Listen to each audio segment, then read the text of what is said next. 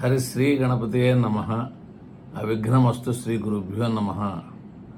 వేద పండితులకు, బ్రాహ్మణోత్తములకు, బుధజనులకు, హైందవ ధర్మను పాటించే వారందరికీ శిరస్సు వంచి నమస్కారం.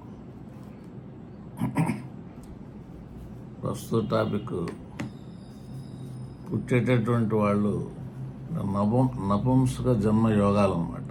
ఇవి ఒక ఆరు యోగాలు చెప్పారు ఋషీశ్వరులు. కనుక ఒకటో యోగం ఏంటంటే రవిచంద్రులు పరస్పర కేంద్రముల నుండి వీక్షణ కలిగిన. రెండో యోగం బుధశనులు పరస్పర కేంద్రముల నుండి ఒకరినొకరు చూస్తున్న.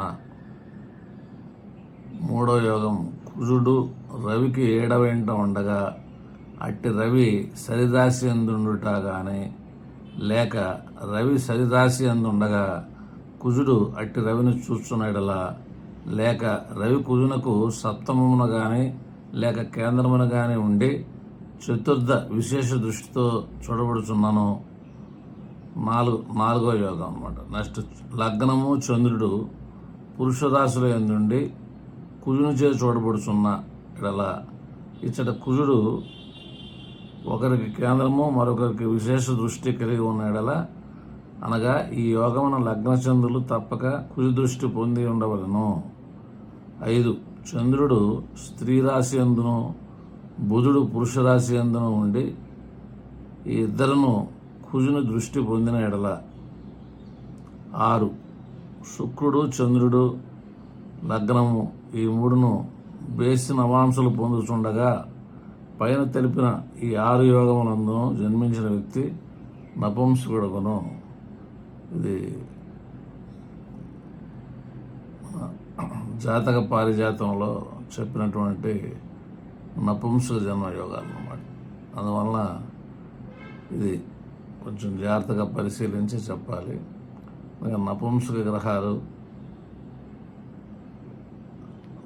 బుధుడు శని కాంబినేషన్స్ అనేటటువంటి, బుధుడు శని ఇంట్లో ఉన్నా శని బుధుడు ఇంట్లో ఉన్నా దిస్వభావ రాశుల్లో ఉన్నప్పుడు కొద్దిగా ఆడపిల్లలు పుడతానికి ఈ నపుంసకాలు స్పెషల్గా చెప్పారనమాట. అది చెప్పినటువంటి బాగా పరిశీలించి మనం నిర్ణయించాలి. కొంతకాలం మళ్ళీ వాళ్ళు మగవాళ్ళగా ఆడవాళ్ళగా ఉండి కొంతకాలం తర్వాత వాళ్ళ తత్వాల్లో మార్పు వచ్చి అప్పుడు కూడా నపుంసకంగా మారటానికి అవకాశాలు అనేటటువంటివి ఉంటాయి అన్నమాట.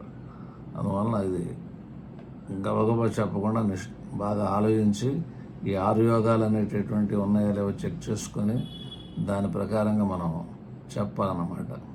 చెప్తే అప్పుడు అది సత్యమై తీరుతుంది అన్నమాట. మంగళం శుభం భూయాత్.